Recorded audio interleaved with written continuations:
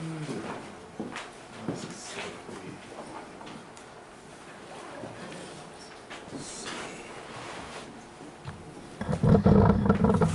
right.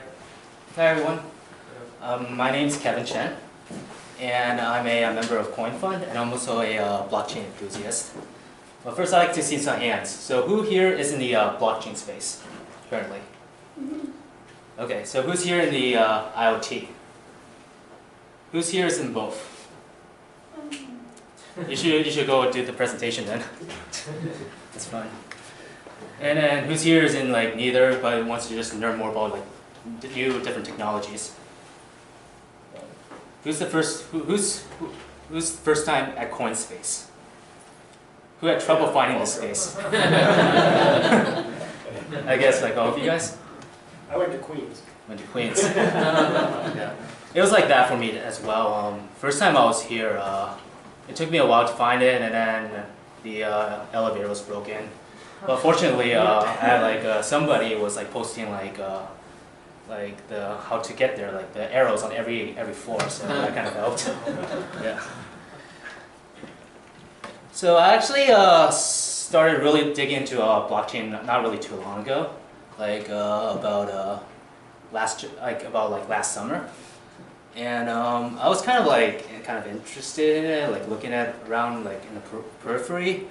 But then I think like what like really interested me, it was like when Ethereum became big, and also especially the DAO. Like I was like really surprised about how much money it was able to make.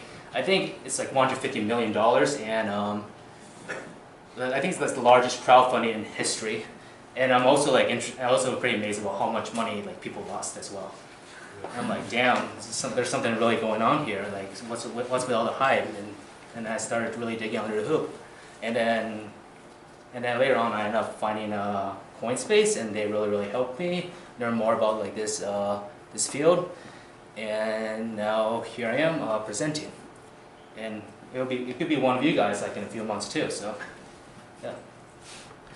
All right. So my presentation is about IOTA. It is a I don't want to spoil it too much, but it is a distributed ledger, but it's actually not a blockchain per se. I'll explain more about it in detail. So, but before I explain more about the product, I'll give a little bit more about background about the Internet of Things. So, can anyone tell me what this graph represents? Anyone? Moore's Law? Yep, that's correct. So what does Moore's Law mean?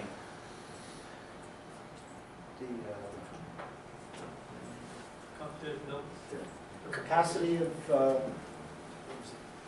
capacity of what? But basically, roughly doubles every 2 months. All right. So what doubles? Transistors. Speed and memory doubles, cost halves. I see. I guess there's a lot of people, like, how I define it is the amount of transistors on a per square inch of a chip, of an integrated circuit. And every year, it doubles. So it used to be, like, computers used to be really big. It used to be from, like, mainframe. Or actually, like, before that, it used to be, like, vacuum tubes, and then mainframes, and then desktops. And then now mobile phones, and now we get to the Internet of Things. Can anyone tell me like how this graph connects to the previous graph I showed you? It's easier to manufacture items. Yeah. So as you're able to put more transistors onto the chip, the chips are able to become smaller and faster, are able to become smaller yet have more computing power. So that means you're able to put more chips into more and more different things. You're able to start embedding it into what we used to think of things. Like for example, it used to be like mobile phone. Now we can put it onto light bulbs or traffic lights or doorknobs, outlets, even license plates as well, solar cells. And just like the Moore's Law, the amount of things, amount of sensors embedded into things is also rapidly exponential as well. what Cisco said is that by 2020 there will be 50 billion devices connected into the internet. So that's about 7 devices per person in the world, which is a lot, especially considered that a lot of people in the world are still like from developing countries, and including them, it's 7 devices per person on average, and that's by the year 2020.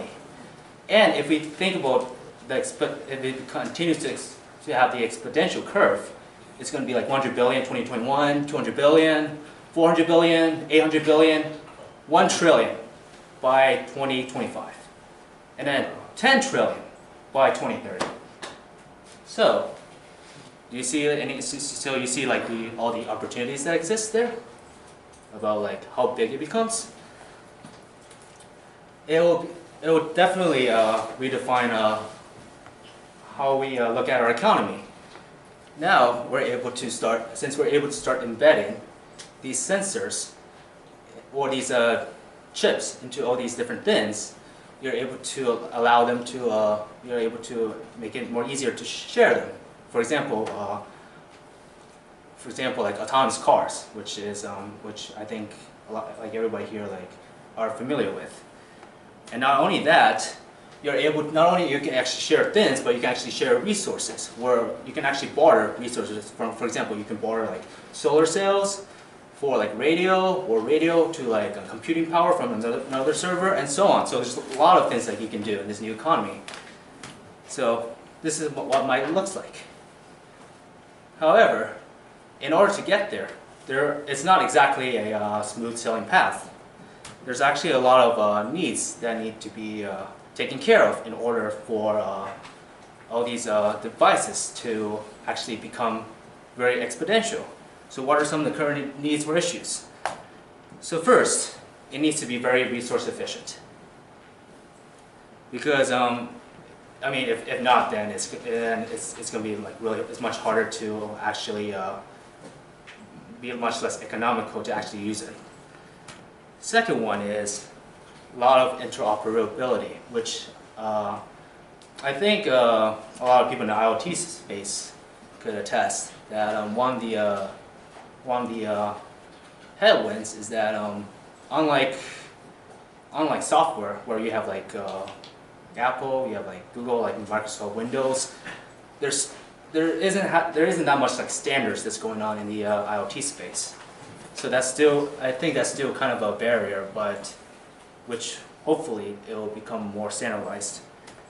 The third part is with all these interlinkages between these things and bartering of the like storage systems, it cannot be done in a manual basis anymore. It has to be done like automatically. And the smaller the quantity, the faster and more expedient it will become. And one of the needs will be a lot of micro tiny transactions to pay as you go for the different like energy and research you do. And last, but probably the most important, is the security. Especially once we become more reliant on more of these like things that are controlled by sensors, like we'll be very vulnerable if we end up getting hacked. So security is going to be a huge issue going forward. So this is where we got to, blockchain.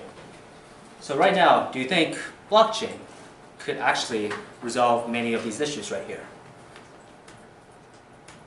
So let's take a look. So who's familiar with these symbols? At least one of them. I mean, if you're in the blockchain space, then you should be like familiar with this. So I have a question for you guys. Given the current nature of the technology of these two leading blockchains, do you think these two blockchains could provide these issues, these needs, right now for IoT? No. Certainly not Bitcoin. Not Bitcoin? Correct. So what are some of the reasons, yes or no? confirmation length is too long, 10 minutes. Mm-hmm. The community can't agree on anything. Mm-hmm. 3 transactions a second. Yeah. So how many transactions per second for Bitcoin and for Ethereum right now? So 320. Bitcoin, 7 transactions per second. How about Ethereum? 15. 15 transactions per second right now. So, is it able to have these billions and billions of microtransactions that you need? Not yet? How about another thing? Do you have to pay to use a Bitcoin or Ethereum? Of course. Yes. Technically. What's the reason? Ease. You need to pay the miners to confirm your transaction. You have to pay the miners. So, going back to here, is it efficient, I guess? I mean, it is open-ended, but right now, I guess a lot of things we agree on. Scalability issues. 7 transactions per second, 15 transactions per second.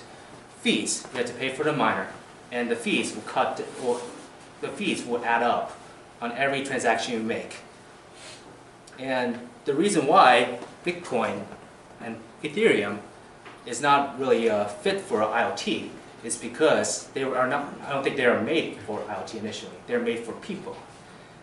Like for example, Bitcoin is made for P2P, which is peer-to-peer transfer between person to person, usually anonymously, and also compared to actual wire transfer or remittances, it's much more cost efficient that way. Whether you want to buy pizza, or you want to buy drugs, or you want to buy, or for Ethereum, whether you want to buy a stake for a prediction market, or you want to buy insurance from a decentralized risk pool. But it's all the same. It's from person to person, or person to smart contract, or smart contracts to person. But ultimately, the end user is a person. But for IoT, it's machine to machine and requires bunch of microtransactions. So if it's not Bitcoin or Ethereum, then what could it be? So that's where we came to IOTA, which is a blockchain, which is actually not blockchain. I'll explain about the architecture later, but it is supposed to be for the Internet of Things. So here are the founding team members. They're actually based in both Oslo, Norway, and Berlin, Germany. I had the pleasure of talking to them on Slack, and of any disclosure, I'm not in any way affiliated with them. I'm just really interested in their project, so I'm just learning about it, and best way to learn is to present. And I also like to thank this guy, because this guy, he actually, Dom, he's the one who provided me the slides. And then I did modify it a little bit, so to to make it more useful here. So yeah, so I'm in contact with them. I'm in contact with their Slack to make sure that what I'm talking about IOTA is as accurate, I'm presenting as accurate as I can. So these guys, they are really brilliant people. They have been in the blockchain space for a while. For example, David was part of Next, which is a blockchain for crypto assets exchanges. So these guys, they recognized a while back about these issues right here, that the current blockchain is facing, lack of scalability and also all the fees that's going on. And they also see the how big IoT space has become. So they decided to, instead of just using Bitcoin or Ethereum, let's just build something from scratch and make it orientated towards IoT in the first place. And it allows a machine-to-machine transaction. So this is what its core. So IoT, IOTA, is its cryptocurrency. Its underlying blockchain is a Tangle. And what it does is make machine-to-machine micropayments. And actually, I don't think it doesn't use smart contracts right yet because right now they need to make it very streamlined and lightweight. So smart contracts does not do that, at least not yet. But this is still pretty ongoing, and I need to definitely like talk to them whether they're actually going to incorporate smart contracts in the future. So this is their timeline right here. So like in summer 2015, they started to research about IOTA, and they did their crowd sale late 2015, early 2016. And then they actually launched their main net summer of last year with the first Guinnesses, and the reds are like in the future. So they're thinking about making their tokens available Q1 or Q2 if you guys are interested in exchanging it. The reason why they haven't yet is because they want to really focus on more about building their product and kind of be more like shy away from like the potential like speculators who are like on the exchanges. Like they don't want to get any related in like any of the pump and down schemes and so forth. And after they're on the exchange, once they have perfected more of their core, the Tangle, then they'll decide to actually create more use cases, more tangible use cases around the IOTA core. All right, so I've been saying that the Tangle is a blockchain, but it's actually without a block, without a chain. So what is it then? It's a DAG. So do you know what's a DAG? Directed Graph? Yes. It's a directed acyclic graph. So what it means is that, well, first you can just picture it as a graph, like just pointing everywhere. Directed is like it only points to one direction, this way. So it's kind of like a street. Acyclic means that it does not loop around like a circle. So directed acyclic graph is all these nodes in the graph all pointing to this one direction, and so forth. And I'll actually show a picture about it later on. But before I actually show the picture of like the Tangle itself, I want to explain more about the Tangle nodes, which are the ones that manage the Tangle DAG. So one interesting thing is they're actually not miners, so there's no compensation involved. And so no compensation, then what's the point of having nodes then? How do you incentivize people? I'll try to explain to that later. And then like many like miners on Bitcoin, Ethereum, they're like very high maintenance, needs to run 24/7. And here it needs to have like at least 5 neighboring nodes, so you could connect to it. And the reason why is that each node doesn't contain all the transactions. They only contain like pieces of like snapshots of it, and then they use the neighbors to get other pieces of the transaction as well. But then once you get all the nodes and their neighbors, so all the nodes together, all their snapshots would accumulate to the Tangle as a whole.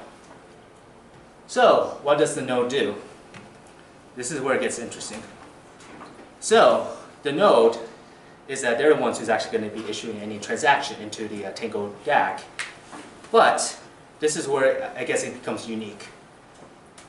When it does, it has to first approve or validate 2 previous transactions. So before you issue a transaction, put it into the Tangle, you have to first approve the other 2. And by approving it, it actually goes through about the same cryptographic hash as the Bitcoin. But the nodes, they do them together. For each and every transaction you put in, you have to approve 2, right then and there. So this, for example, this is a transaction.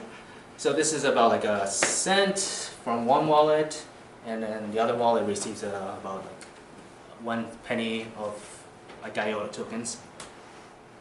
This is what it looks like right here, the Tangle. Sites here represents they represent the transactions. Edges here, they represent like the approval of that transaction. And as you can see here, all of these are transactions or sites all of them approve 2 of them, making a graph right here, all the way here. And then you can see probably around here, this is like the genesis. So this entire stream is this way. And all these gray blocks, those are tip sites, which are like new issued transactions. So they're the ones who approve the sites that are currently there. So the tips are the new ones. Is that for like the Xanten general problem or something, just to make sure that someone is not introducing some bogus transactions? Actually, I'll get to that. Okay. Yeah, I'll get to that. I'll explain like a one scenario, like a tax scenario, and so on. Okay, so how do you know that how valid is your transaction? How is it valid enough, or like, and so forth? The answer is it's actually very relative. It's like up to the user who determines whether their transaction is like valid enough, like future transactions that approves of it is enough for them to actually think that this transaction is stable. And in order to determine that, we get to something called the weights, where, for example, here all the nodes, they start with their own weight, which means the amount of like computing power it takes to issue it. And so, for example, you see B. B, it has its own. Can people see this? Like you see this number here, this number on the bottom. Not the small ones. The small ones. 16, yes, but not the Yeah. inside. All right. The small ones they represents the weight of the own site. So, for example, B, the weight of its own site is a 3, and that means it's like fairly large compared to the other ones. Like most of them are like weight of 1. So like a weight of site with a weight of 3 is like the one with usually more than average big, like has more computing power in order to issue it. So B has 3, and then it gets approved by A, which has a weight of 1. So 1 plus 3 is 4. And then let's take a look at E. E has a total accumulative weight of 2 because it has its own weight plus the weight of C. Okay, let's take a look at E right here. We see site X is a recently new issued transaction. It decided to approve C and A. Once X has been added or issued into this Tangle right here, this used to be the accumulative weight of 2, but then it adds X, so it becomes 2 plus 3 equals to 5. So the more weight you have, the more valid this transaction becomes. And then so this transaction becomes more valid than the ones in the tip, because there's more and more of these nodes that's been verified. All right, now let's get to the attack scenario. And then this is just one example. Like, I definitely recommend reading the white paper. There's actually more like examples of more like potential ways to like try to hack it and how they resolve it. And to be honest, I think it's also a little bit more open-ended as well. So if somebody's like more, any of you guys are interested in like more technical and definitely want to take a look at it, then this is definitely a good place to start. So regarding attack scenarios, so attacker pays a merchant. Merchant sends good. Once he thinks that the weight of that issued transaction or site, he thinks that has enough cumulative weight. So he sends the transaction. Then the attacker would then double spend the transaction. So he basically issues another site for himself. So it's attacker to attacker. So then he will DDoS the entire IOTA Tangle, assuming that he can like create multiple identities of himself, and so on. So what he does is that he'll just issue like many bunch of like small transactions that approves the double spending, or like have the double spinning one become like a big weight. And with that, hopefully his sub DAG will outpace the main node. And once it outpaces, once his DS has a higher weight than the authentic one, the transaction where he pays the merchant, his DS becomes legitimate, and then his one to the merchant becomes invalid or orphaned. So, if this is in Bitcoin or Ethereum, how would this attack be resolved?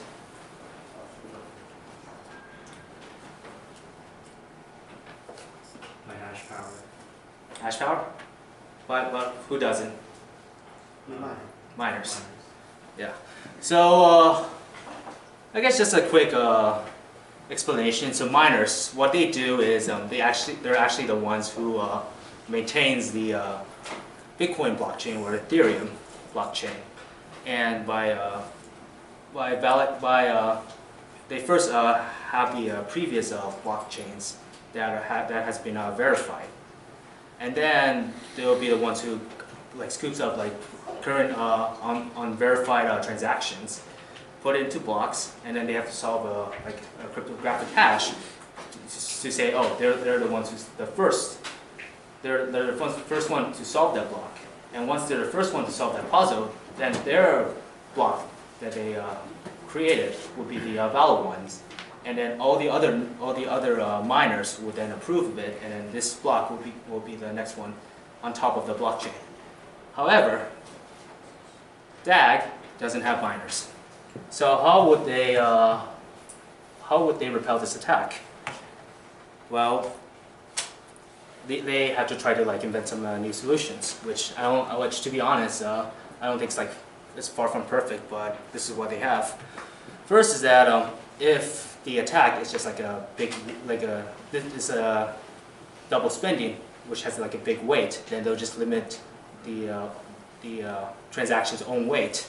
So that means that the double spending would have its own less weight. So the accumulation that way will be less.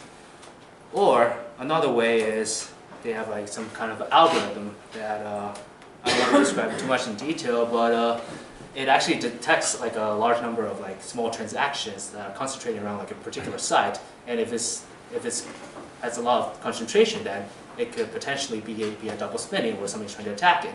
So they'll try to find some ways to try to minimize the weights for these large amount of, or even like negate it and so forth. There's actually like in a white paper, there's more like examples of like different attacks, and once again, I definitely recommend reading it. But I don't want to get too technical in this. All right, so these are the tokens, IOTA tokens. There's about 2.78 times 10 to the 15th power. They want to have a lot of tokens so they can have a lot of microtransactions. So yeah, so this is IOTAs, this is peta IOTAs. So this ended up becoming 3 to the power of 31st of minus 1 divided by 2. And it's interestingly that they actually made this hashing in tries because yeah, they think that that tries are actually more like it's like more like intrinsically economical, although computers but like these mathematical advances like discovering tries are like more effective was after when computers that are in bits become really popular. So unfortunately, not many computers are in tries, but they decided they want to become more like funky, so they wanted to make it tries. Yeah. So right now, about one gig IOTA, which is 1 billion IOTAs, is about 10,000 bits, or 0.01 Bitcoin. So right now, all these tokens are released since the Genesis, which is July of 2016. So that's about so currently they're around like 25 million market cap. and this is where you get the wallet. Now time for a quick demo. Yeah, how much time do I have left? Hey, you're the boss. Right?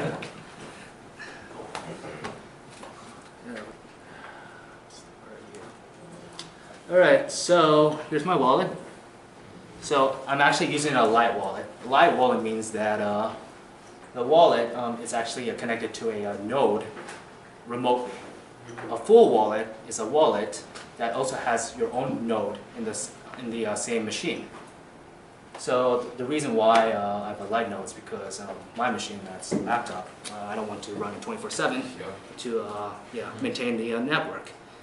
But I can show you the node that I'm currently connected to. Yeah. Network name, IP. So yeah, so this is the host. So this is the location of my remote node. So this is, I currently have 2 giga IOTAs, which is about $40. So it's not much. Yeah.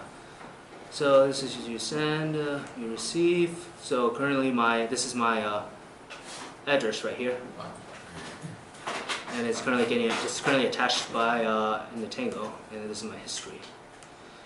And here in the IOTA tool, I can see if it works. I can see my history. So it's kind of like, who knows blockchain.info? So blockchain.info is just like a site you can see like all the transactions for the Bitcoin. So this is just the kind of the same thing for IOTA. 2 billion IOTAs, so that matches my wallet, so perfect. All right. So here's actually what the graph looks like, the Tango, if it loads. Yeah. And then this is just like the this is like the latest 500 transactions overall in the entire network. And to be honest, I actually don't really know what the colors mean. I asked like the person who created this, and they just got to me just today, so I didn't have time to incorporate it. But so this is what it looks like in real life, which is pretty neat. All right, who wants to know like how do I actually acquire these giga IOTA if it's not like in the exchanges? You're interested? Sure. Sure. All right. I'll be honest. Getting these tokens, they're actually kind of a pain in the ass right now. So what you need to do is first, you need to have like a Bitcoin wallet and have with some Bitcoins. So that's not so bad. And then after that, you have to go to this dude right here, Yasin, and he's actually the human escrow. Like he's very reputable. You have to like give him your public. You have to like he will give you like his own address, public address for you to send your Bitcoins to. I know it sounds sketchy as hell, but it's actually literally what the directions said. Like, oh, get your Bitcoin wallet, go to this guy, exactly his name, like in the IOTA. And then he's very reputable. And then it seems like he's very reputable to me, and I'm able to acquire my tokens. So then once I give my Bitcoins, my little amount of Bitcoins to test the water to him, and then he will put it into like a trading bot. So I don't exactly have it in my wallet just yet. It's in the trading bot. I still currently acquired, and it's in Bitcoin. So I have to go to this trading bot and then actually have to do it the old school way. Let's see, what's my orders? So this is where all the exchanges are, from IOTAs to Bitcoin. Is that the market at the moment? Yeah, that's currently the market at the moment. So here's all the bid, and here's all the ask, and then here's the spread right here. So the numbers on the left means the quantity of giga IOTAs here that people wants to right now these guys that I asked are the ones to sell, and then this is the current price in bits, or they call it micro BTC. So let's see. So here's the spread. Right now the lowest ask price is 8,960 bits, and then the bid price is 6,800 bits.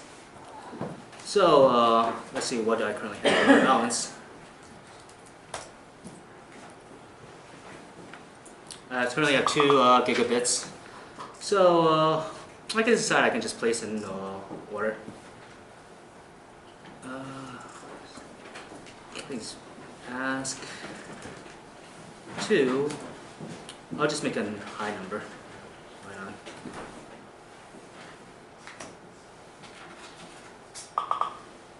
Okay. Order. I think it's orders. So I place the order in here. Let's see, where is it? Okay, so you see number 11. So that's me, right here. I placed my order for 2 gig IOTAs for 20,000 bits. And it's beyond the lowest ask, so I don't think I'm gonna get it, but that's fine. All right, continuing on.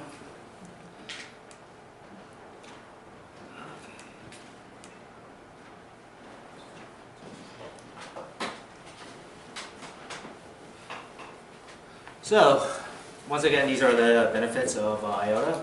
Because there's no mining, the nodes don't actually collect any fees, so it's feeless.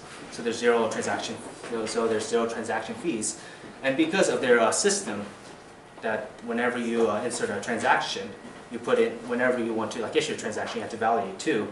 This system becomes more scalable than just stacking blocks on higher and higher and higher and so forth. And it's also makes it much more lightweight as well. Now let's compare between Bitcoin, Ethereum, and IOTA token. So as you can see, IOTA is still very, very new compared to Bitcoin, although it's just about a year newer than younger than Ethereum, and it's also much smaller as well, $25 million, even though it's not on exchanges yet. So right now, the community, since they've been in stealth mode, there hasn't been on exchanges. They're just starting to get noticed, and since it's still very new, there's still a lot of technical stability risk. Especially their system is much more, their technical architecture is not much more different than Bitcoin or Ethereum. So they don't have the mining thing. So they have to fight off all the attacks that the miners are supposed to repel in the first place. Yeah. So this is where it gets interesting.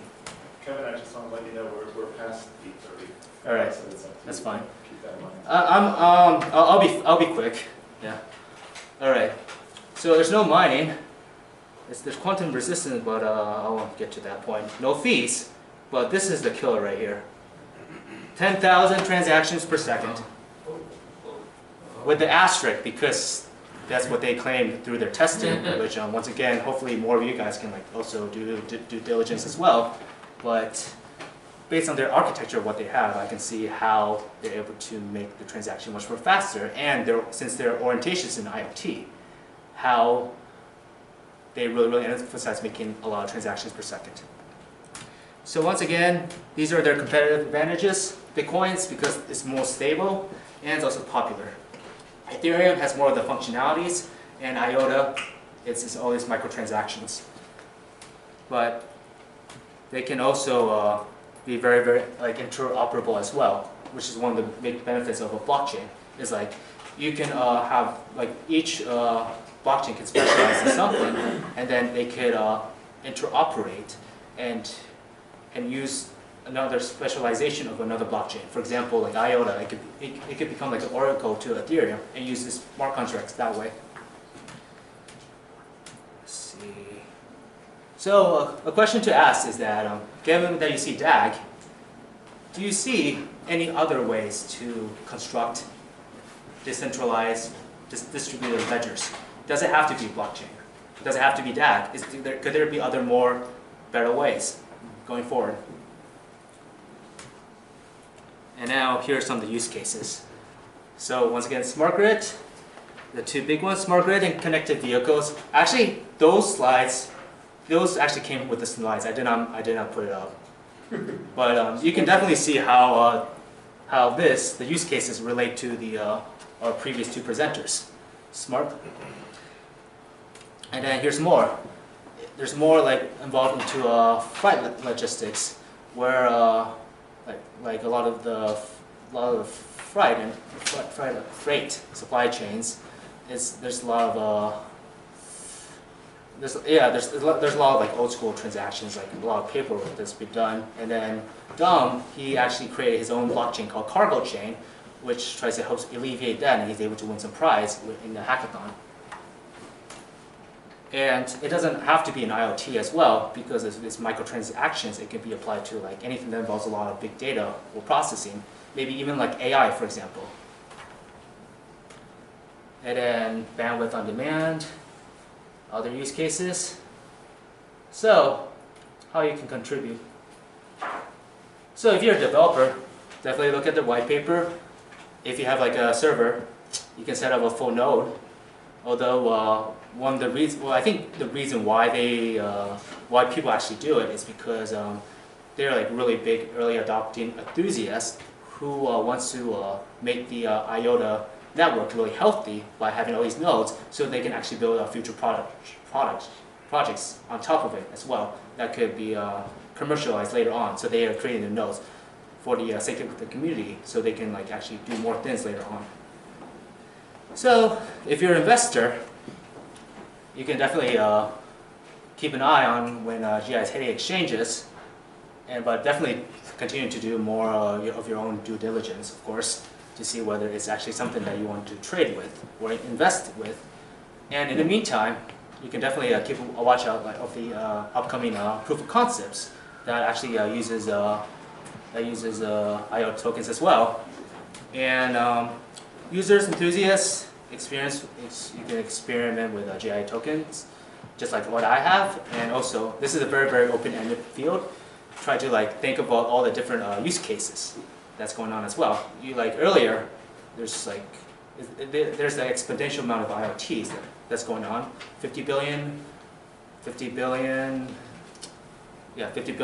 things connected to the internet, and it's just going to double every year. So there's the opportunities in this space is virtually abundant. So what we just need is like enough people to actually have enough actually want to step up and try to imagine all these possibilities and actually implement it. Who knows? And then also with the help of developers and the funding of investors. So this is like an entire community right here. Are you willing to commit? And then so here's more about IOTA as a non-profit foundation in Germany. So this is more of the information, just their advisors. And there we go.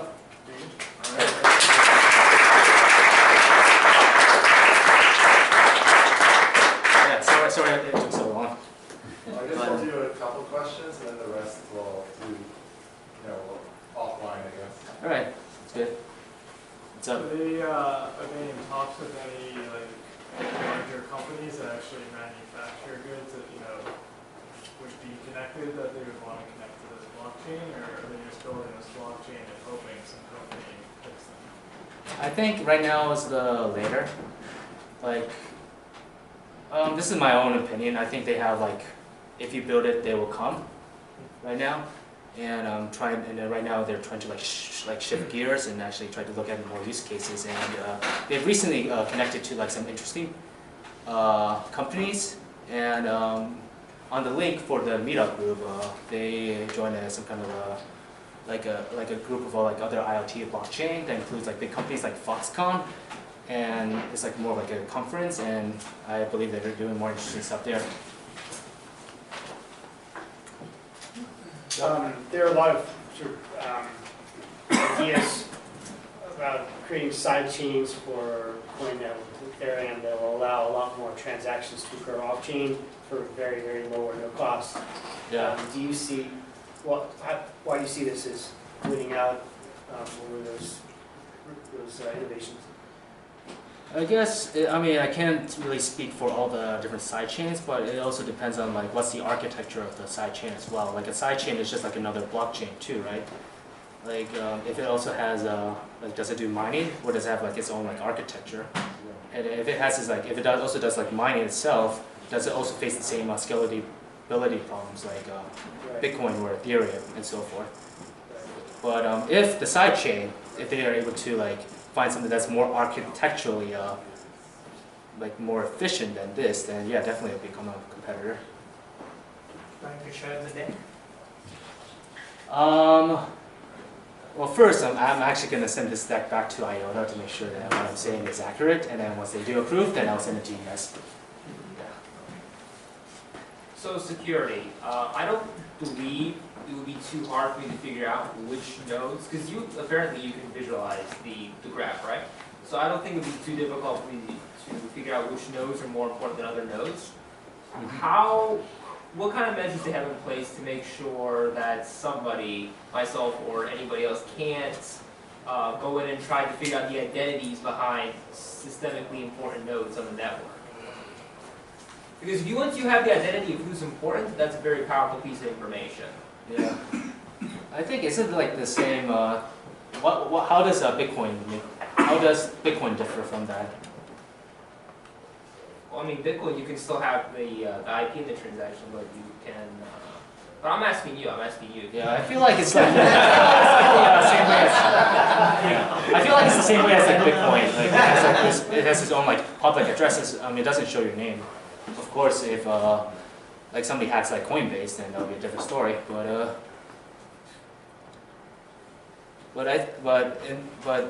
for that answer, I think it's kind of in terms of like anonymity, it's pretty. I believe it's pretty similar to like what Bitcoin does. Did you say there were no fees to use the system? No fees. Then what's the use case for a token? Use case for the tokens.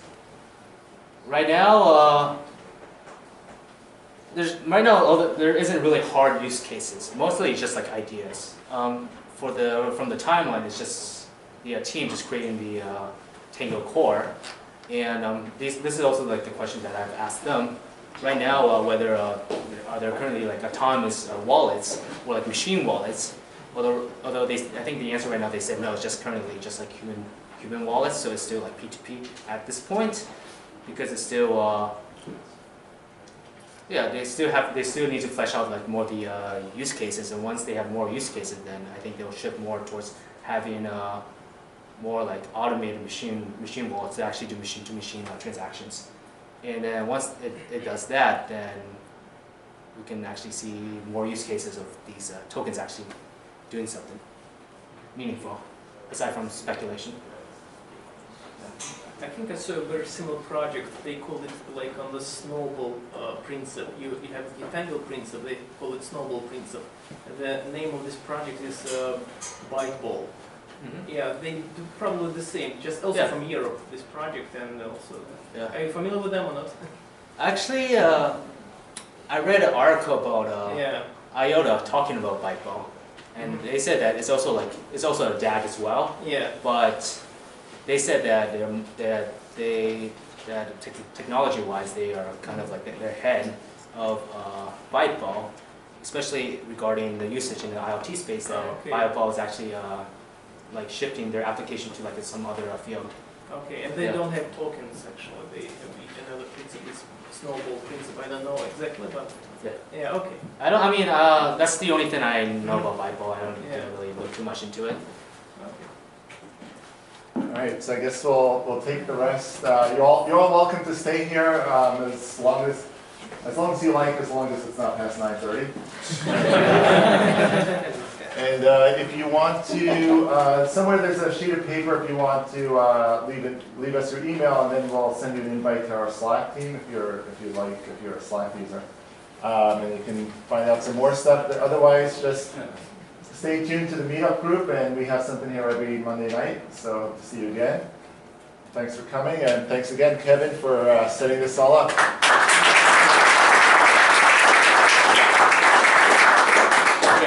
Thank you all for coming.